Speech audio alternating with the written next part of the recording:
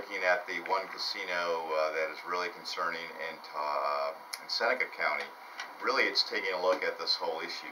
If you look at the economics right now, nationally, in many instances, in fact in most instances, revenue from gaming is down.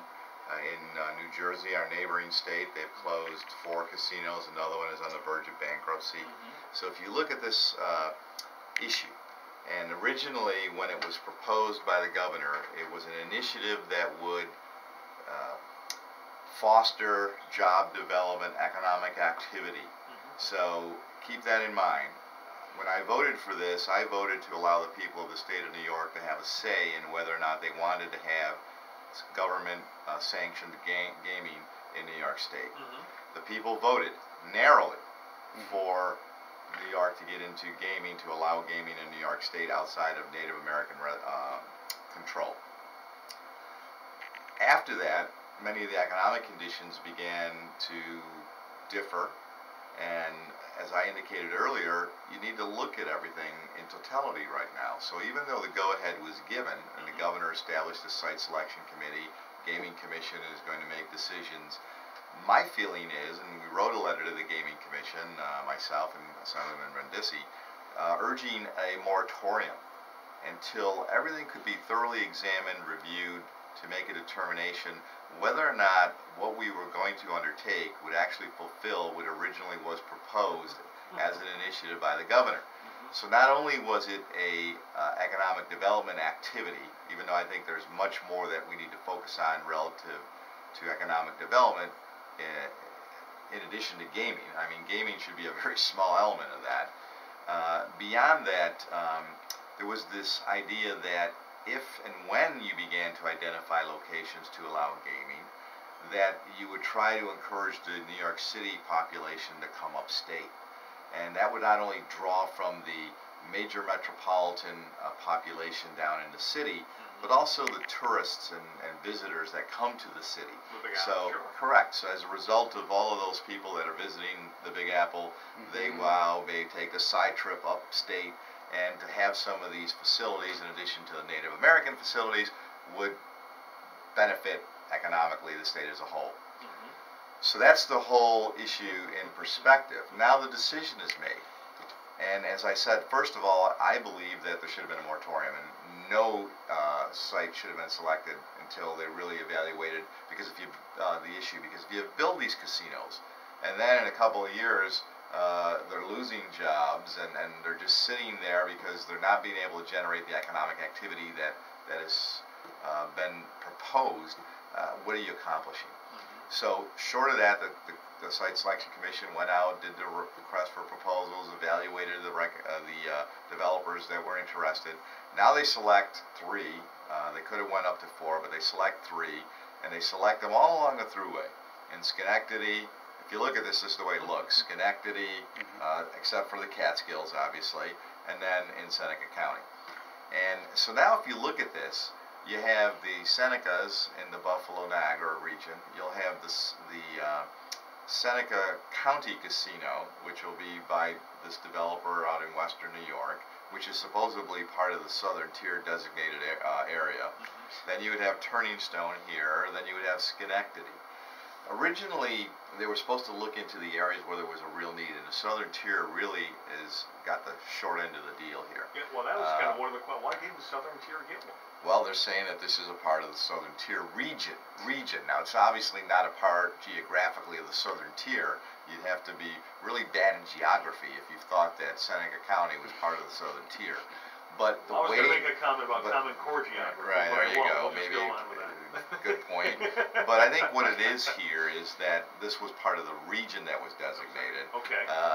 But it is really this is why people lose confidence in government, and when you look at things like this, look at it from a geographic standpoint. Don't look at it from a territorial standpoint. Right. And say, okay, this is the territory we have to assign this. So we're technically correct. We identified it within the area, even though it may not be exactly the southern tier. That's a lot of baloney.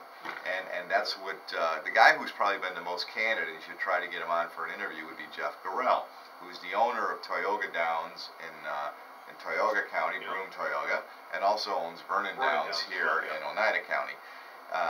So he was flabbergasted, and I thought he put a great proposal together and really said that the Southern Tier, in his words, got screwed.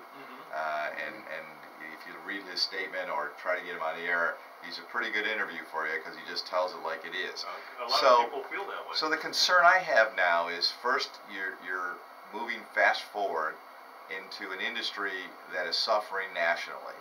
And there's going to be such a saturation in this. Are we really going to accomplish job growth and sustaining the jobs that already exist and adding new jobs?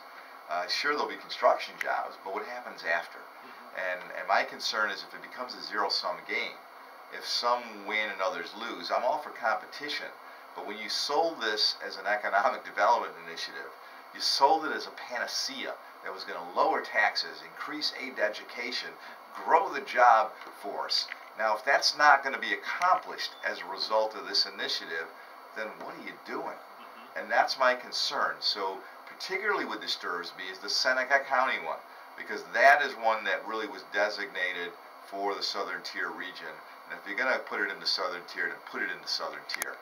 So that day, that decision was made. I think the Binghamton area obviously is struggling financially, as many other areas are right now. I was hopeful that maybe they would benefit from this. So what does this mean to us? Time will tell. Turning Stone is in pretty good condition. Whether you agree or disagree with the native, with the Oneidas, you have to recognize and respect that they are a major job employer here and an economic engine in the area. So you have to look at that. Vernon Downs now, there's questions over that, because if you look at Gorell's statements, he's trying to decide what he's going to do and how he'll react to this.